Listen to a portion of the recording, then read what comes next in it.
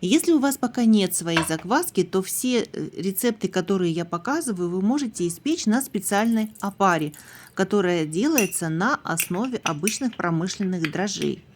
Конечно, такая опара не сравнится по полезности с закваской, но вполне можно испечь хлеб, который будет во много раз вкуснее, чем покупной. Каждый раз при выпечке того или иного рецепта я буду показывать, как сделать опару. Сейчас я делаю опару на французскую булку, рецепт которой я размещу завтра. Посмотрите, насколько меняется тесто. Это просто какое-то волшебство под влиянием дрожжей, даже промышленных. Вот такая густая опара у нас получается. Нам здесь самое главное — это соединить муку и воду. Мед либо сахар нам нужен для того, чтобы питались дрожжи.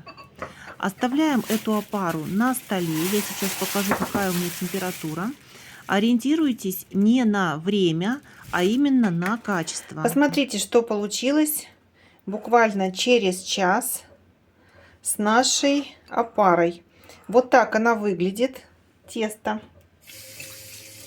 Считайте, что это у вас практически закваска, которую мы сделали, только она сделана на дрожжах. В ней, конечно, нет столько молочно-кислых бактерий, сколько в закваске, но как дрожжи она будет работать вполне хорошо. Вот. Видите, какая пышная, хорошая масса получилась.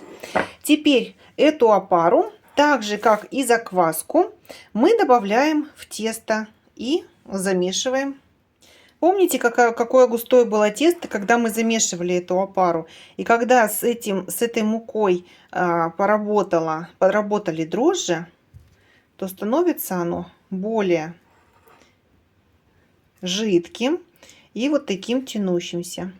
Это вот как раз вы сейчас видите наглядно глютеновые волокна,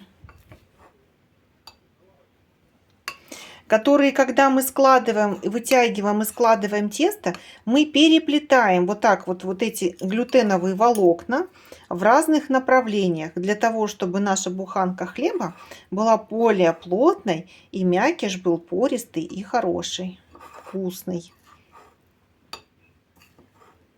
Вот так.